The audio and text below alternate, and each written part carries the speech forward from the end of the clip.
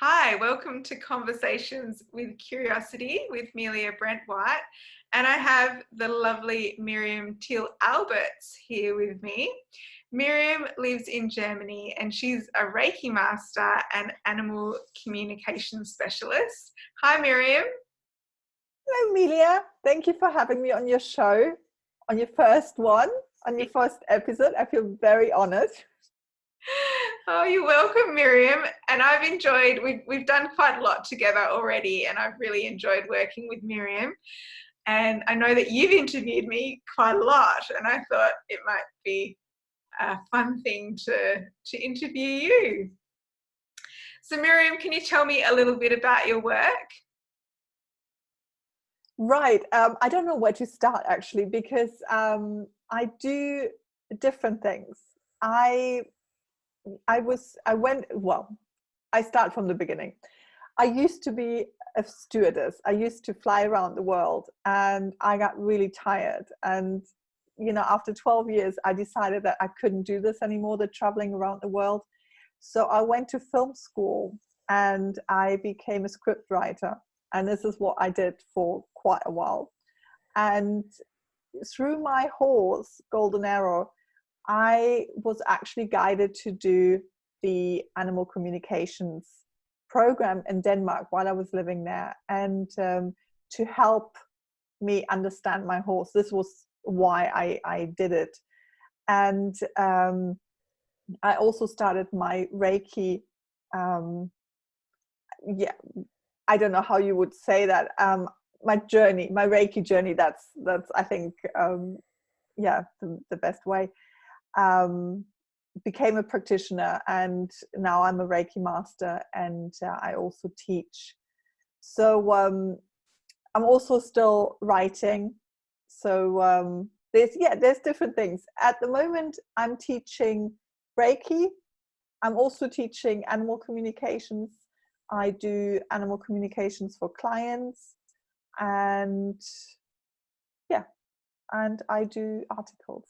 I write articles. So what do you think, like, did you always have the ability to communicate with animals, or was there an initial experience? And what did the animal have to say when in that initial experience? Actually, this is interesting. I hadn't thought about this for quite a while. Um, when I was younger, we had a dog, and I was very close to that dog. And as a child, I never questioned, this sort of ability to connect to the dog. I thought everybody was doing that, and I thought it was quite normal to connect to the dog.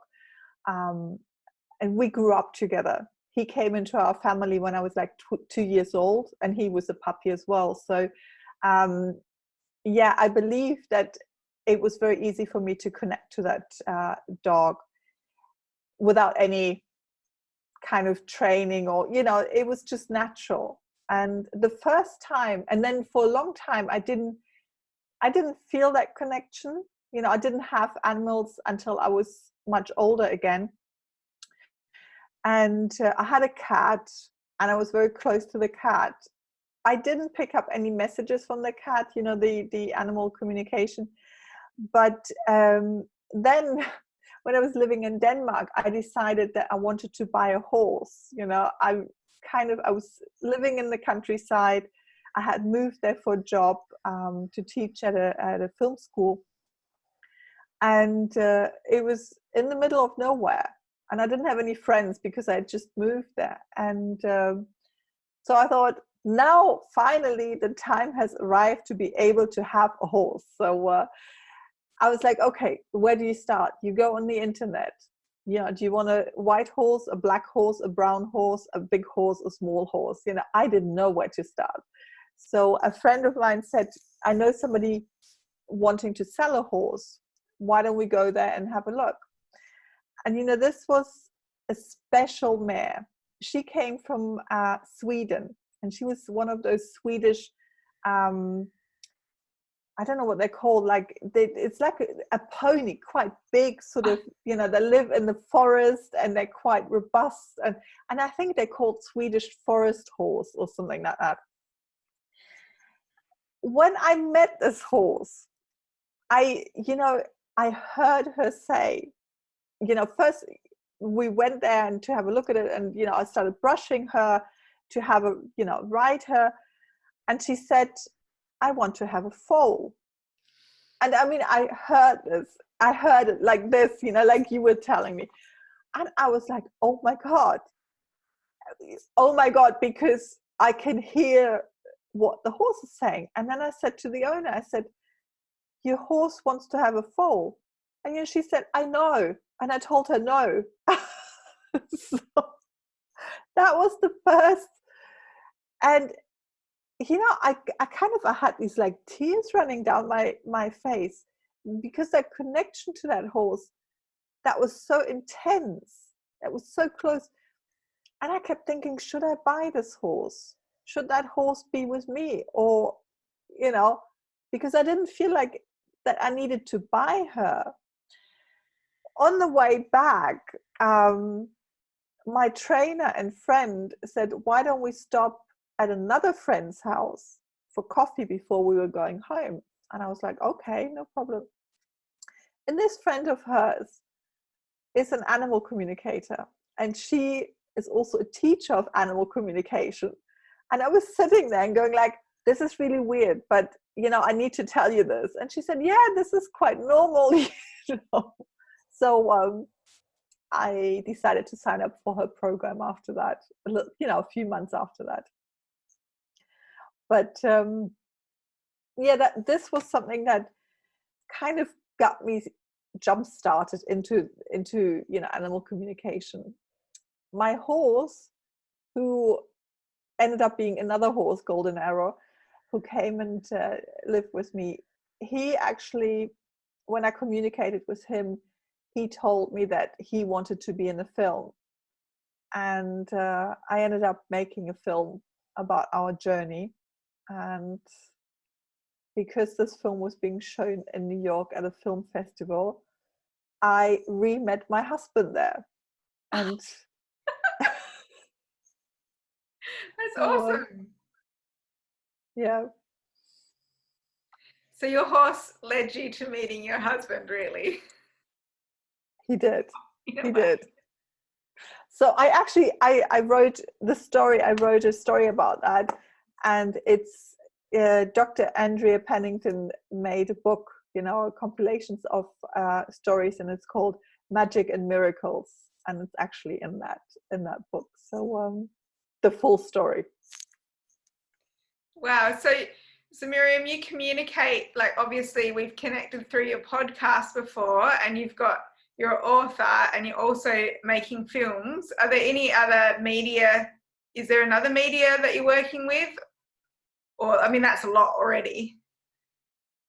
I do write, a blog, not every week or something, but when something comes up, when I feel that I've had an experience, it's called Animal Wisdom on WordPress. And I put blog posts out there when I feel that something, I learned something, or something I experienced something. So we did our podcast on YouTube, and that's Facebook. So if you had an unlimited budget, what film or what would you be doing? I like that. What film? Yes, I would probably do a film. Yes. What I would love to do is kind of connect people in that film about how what I'm really interested in the connection, connecting with earth, connecting with nature, connecting with animals, but also connecting with yourself and connecting with other people. What could we all be doing if we connected with the universe, connected with the conscious, universal consciousness? How does it work?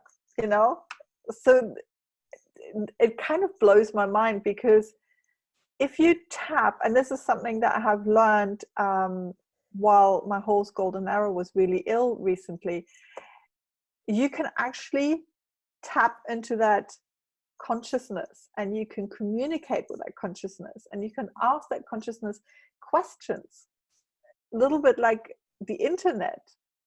And so if we started to communicate with that wisdom, you know, I don't know if we should say the wisdom is up there, but maybe the wisdom is down here, you know, in here. Question is, you know, how could we how would our life change if we acknowledge that? So well, I know that we've discussed doing a potential retreat, and I mentioned it to a friend, and she said, what about if you could teach people to telepathically join you at the retreat rather than flying? well, that would be interesting. Yeah, I mean, but you can. Yeah. And I think this is what we did in our What Do the Animals Want Us to Know? We were connecting with the animals, and when people were listening to the podcast, they were connecting to the wisdom, and they were connecting to that energy. So basically, if I had, you know, that budget, I wouldn't do things that differently. I mean, maybe I would outsource some things, and I would kind of do a little bit more traveling to connect in person as well as, you know, on the internet. So are you planning some kind of project around reconnection and connection anyway? I had an idea to actually, you know, do a film about that, but it's not at that point where I can say this is what I want to do. But what I'm really interested in is you know, that connection that we could have, you know, with earth and nature and animals. And, you know, you were telling me about some Aboriginals that, you know, see things a little bit differently, you know, how they treat earth, how they connect to the earth and animals. And I think that that is so interesting, and it's a little bit sort of missing from our life today, this very old wisdom, this very old approach. And so this is something that's kind of going around in my head that I want to do. I also, you know, you were mentioning the retreat. I would like to help people find that connection, and whether that is through animals or nature. I'm thinking about doing something locally, you know, going into nature, doing some walking meditations, because basically it doesn't matter where you are, you can start connecting right now, today, you know. And this is something that I would like to kind of go into a little bit more. And the beauty of the work is, even if you're in a body that can't move, you can still connect. Right. Through the universal consciousness. Yeah. It's like not plugging into the television and not plugging into the internet, but plugging into the universal consciousness internet. It's a whole new way of, well, it's an old way, I think, but it's like a remembering of an old way of going about things. It's quite exciting. I think it's going to become quite common over the next, however, you know, whatever period of time, 10, 20 years. Have you heard much around the words of systems thinking? No. Because that, you know, if anyone's interested in this, just Google systems thinking. There's quite a lot of psychologists talking about this, different ways of thinking. Body Talk's based on systems thinking. And there's also some other work I've come across recently, which is open source, and it's called The Work That Reconnects by Joanna Macy. That's interesting. Mm. And it's basically, you know, what we both do is is connecting. Mm. Animal communication is connection. The Reiki, that is connection, to that universal energy. It's totally the essence. And even now, like, we're connecting, even though you're in Germany and I'm here in Australia. Yeah. It's such an amazingly connected yet disconnected world we're living in at the moment. And I personally feel it's up for each of us to make that conscious choice to connect with nature and with each other in a different way. Not just through the internet, but also, in person or on a deeper level. And I love that you say, making that decision, kind of, deciding for yourself to make that connection. And for me, making that connection is also, what kind of people you put around you, what kind of people you let into your life or close to you. What kind of food do you put into your body? What do you do? What, connecting to nature? Do you go out in nature? Do you connect to animals? And it's sort of, it's like this well-being packet or package. It's sort of, it's not about just connecting. I'm connecting with trees today, or I'm connecting with my dog today. It's on so many different levels. That's how I feel. It's like sort of, it's multidimensional, and there's more to that connection. Connecting to myself, connecting to my past, connecting to me, my body now. Yeah, and it's the more you connect, the deeper you can connect, and there's even more layers to it. And then I personally notice when I disconnect, and then making that choice to connect and making those daily decisions to connect, to actively engage, whether it's with myself or with nature, relationship. Sometimes I think of it as like we have a choice. Every choice that we have, we're either living or dying. And it's kind of like, if you're choosing to connect, it's a choice towards more aliveness. It's a choice towards more consciousness in life. And then if we're disconnecting and we're, the way I personally think about it is kind of, I'm making a choice which is more towards death. And sure, like, we're all dying in every moment. That's kind of the truth of it. But there's that, there's kind of a different vitality to the cells within your body when you make that choice to connect. That's what I notice. Yeah.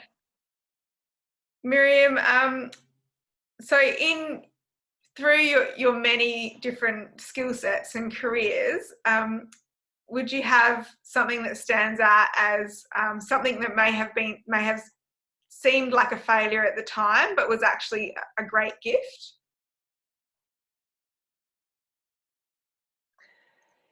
It's a great question.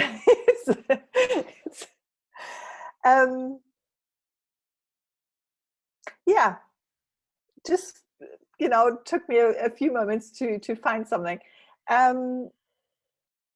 I've always been very sensitive, and growing up in a very non-sensitive family, this is saying it very politely. In my family there was a lot of chaos, there was a lot of yelling. My parents were like sort of screaming and yelling, and there was like flying things, they were throwing things. So I didn't cope very well with that, because I was so sensitive. And I kind of closed off quite a lot.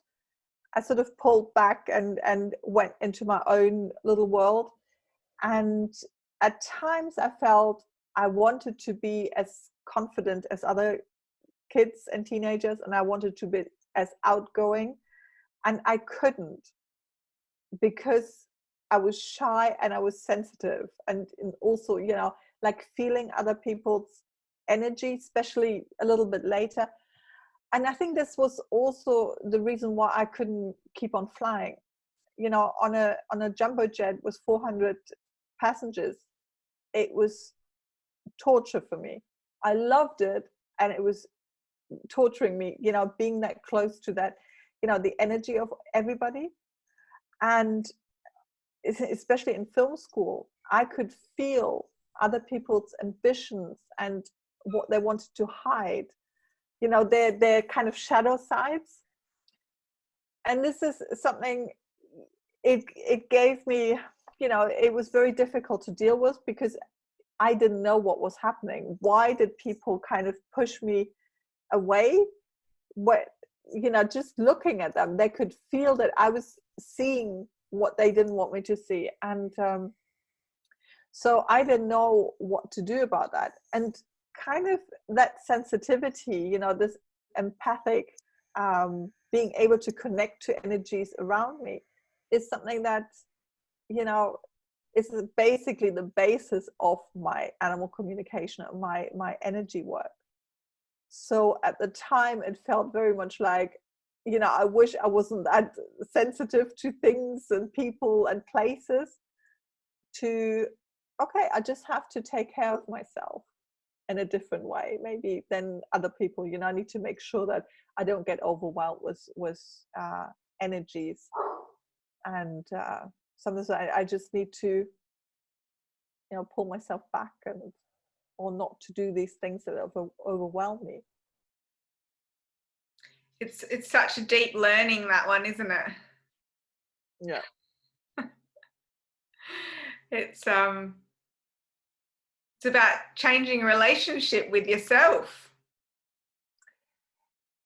You know, and accepting something that you can't change. Mm.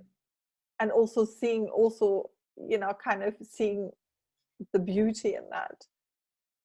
Not only saying, okay, you know, I get overwhelmed and then I get, I don't know what, you know, depressed or angry or something like that, but also seeing that because of that thin skin, or, you know, that sensitivity, I can connect to energy quickly. I can channel messages. I can do healing work. So yeah.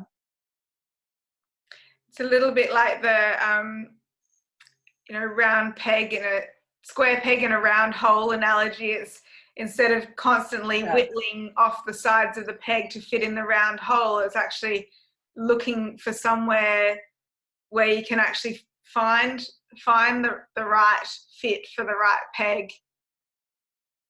And sometimes we just have to look somewhere differently to find the right thing.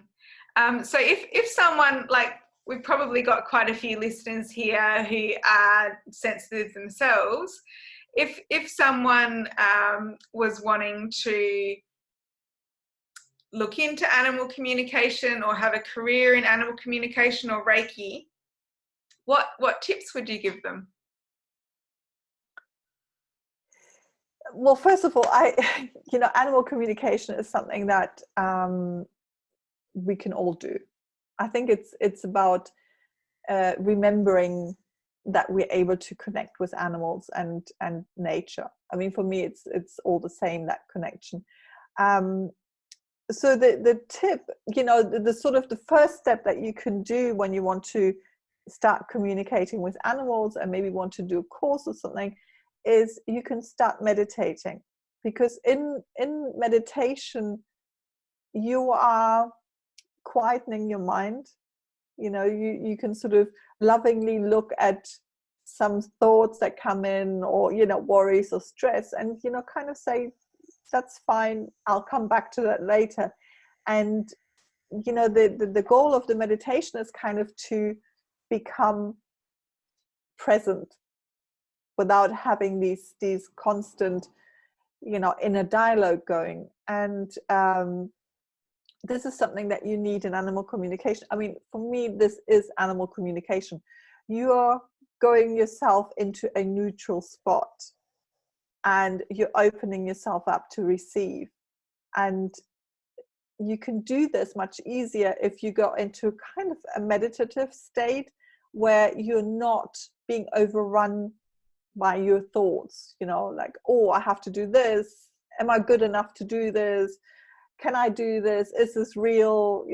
Is my mama gonna call me? Is my dog gonna be nice? I don't know, whatever it is, So yeah, meditation is the first step in my view. And yeah. Oh, there's another tip. I just found another tip. When you start communicating and connecting with animals, don't judge what you're picking up. It could be so weird and so kind of, it might not make any sense.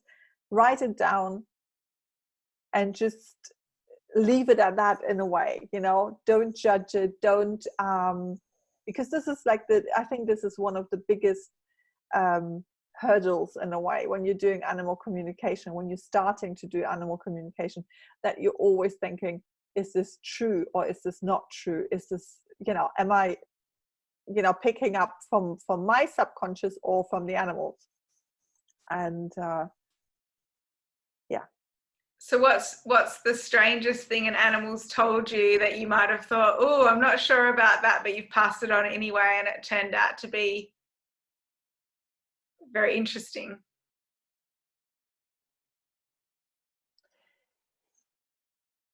I mean, I don't know if that was the strangest.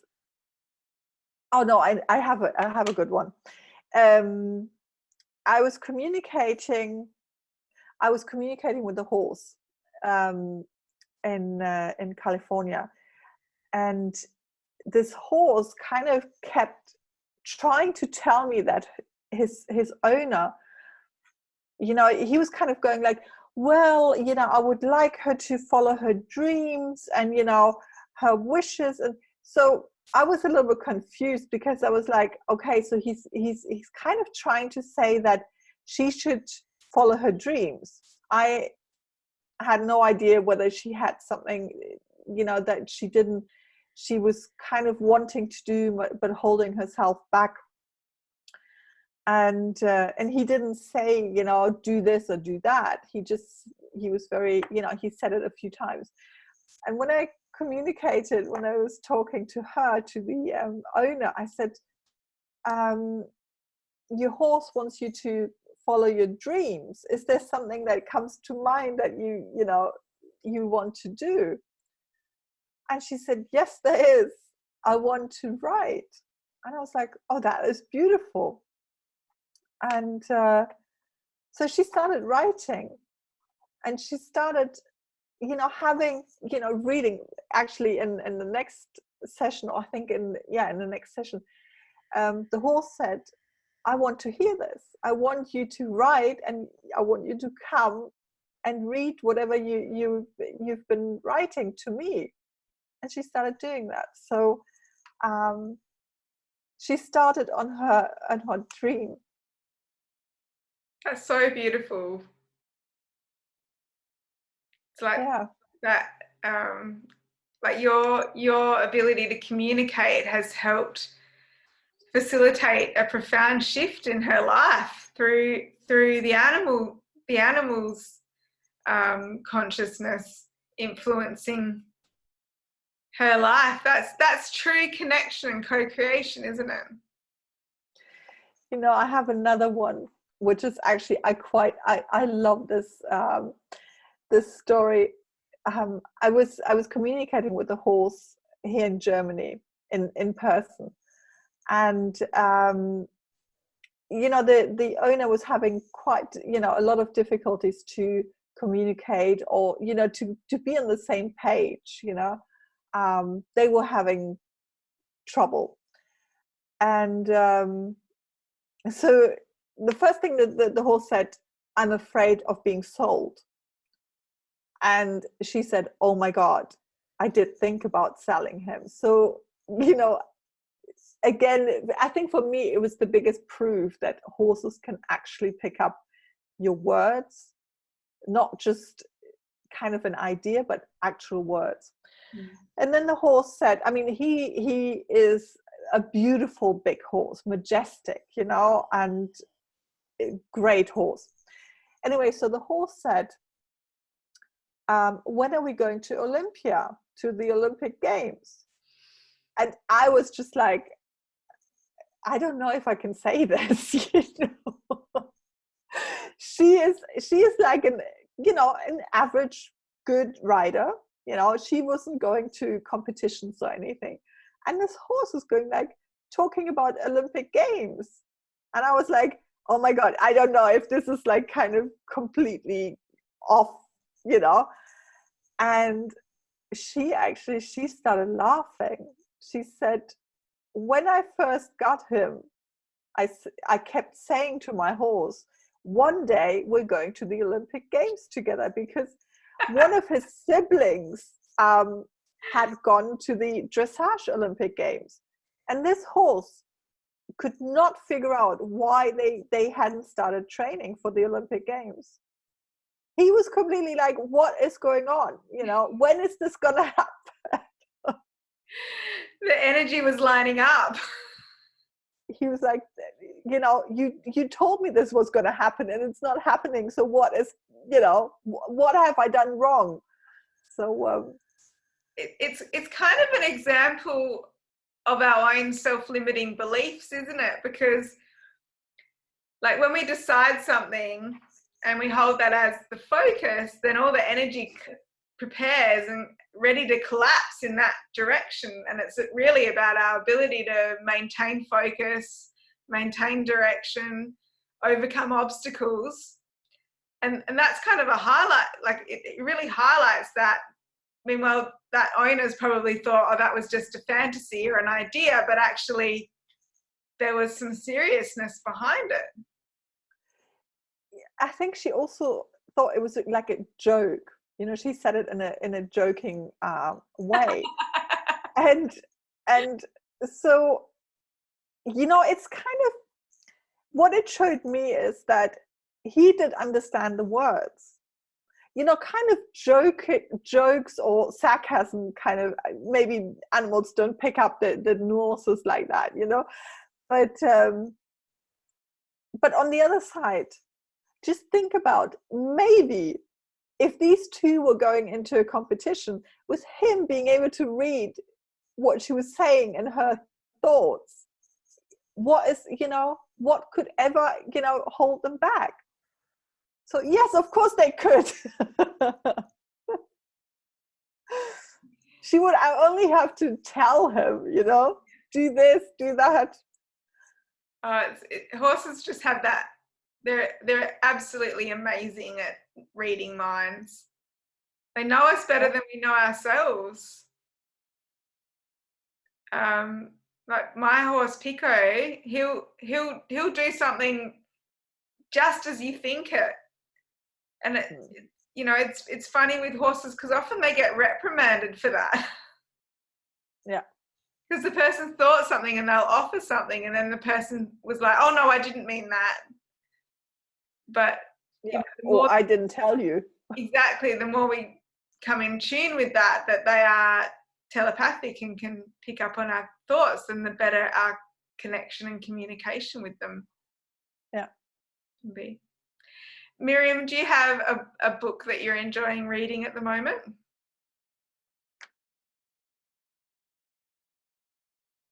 Actually, I'm not reading a book at the moment. So I'm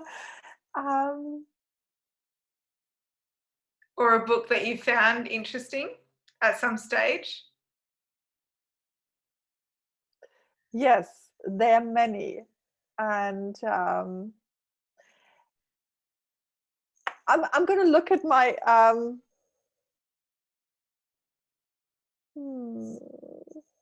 bookshelf. I'm kind of trying to figure out whether I should, you know, select a book that is, yeah.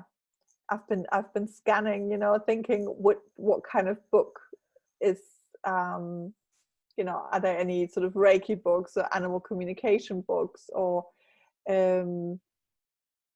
other books. Actually, I think it's a book that I read when I was a teenager, and it's called Johanna, and it's by Renate Welch. I think she's an Austrian writer, and it described the journey of a girl in the 30s in Austria, being a not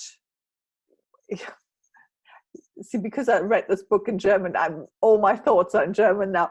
It's this girl, and she was given away. She was adopted in a way, or she was, back then they had the children that were born out of wedlock. You know, they were passed on basically to foster parents, and then most of them were working in the on farms and everything. So they didn't have any rights, and they were kind of just farm helpers and being kind of pushed around. And this girl, Johanna, actually finds her way in that system and, you know, creates her own family. And that was so inspiring for me, even though you come from this like shit situation of, you know, not having your own family, being like this sort of little helping hand on a farm with no rights and nothing of your own, to becoming a woman and starting her own family and taking control of her life. And this is something that I think is, you know, still in my life today, becoming that woman, becoming you know, taking responsibility for my life, deciding what I want, and you know, choosing what I want is still, you know, still important. And it can, you know, change, you know, what do we choose, you know, what we want to do, where do we want to live, all those kind of questions. Yes. So. Oh, it sounds like a beautiful book. And such a powerful message. I can really resonate with that, about that relationship of taking more responsibility as life goes on, and the self-knowledge that comes with that. Yeah. Miriam, if people want to find you, where can they find you online? Well, either on Facebook, which is Miriam Thiel-Alberts, or I have a group which is called Animal Wisdom, or my business page is Animal Wisdom Stories, or they can find me on my website, which is animal-wisdom.net. Yeah, and that's it. Miriam? Or animal@mail.com. So. What's that one again? Just repeat it. Oh, animalwisdom@mail.com. That's my email, or on YouTube. Miriam, thank you so much for joining me today. It's been an absolute pleasure. Thank you so much, Melia. This was very nice. I like these questions. They were very inspiring. There were a couple of things I hadn't thought about for a long time. So it was really nice to kind of bring out these stories. I really enjoyed that. Thank you. Thank you, Miriam. Bye-bye. Bye.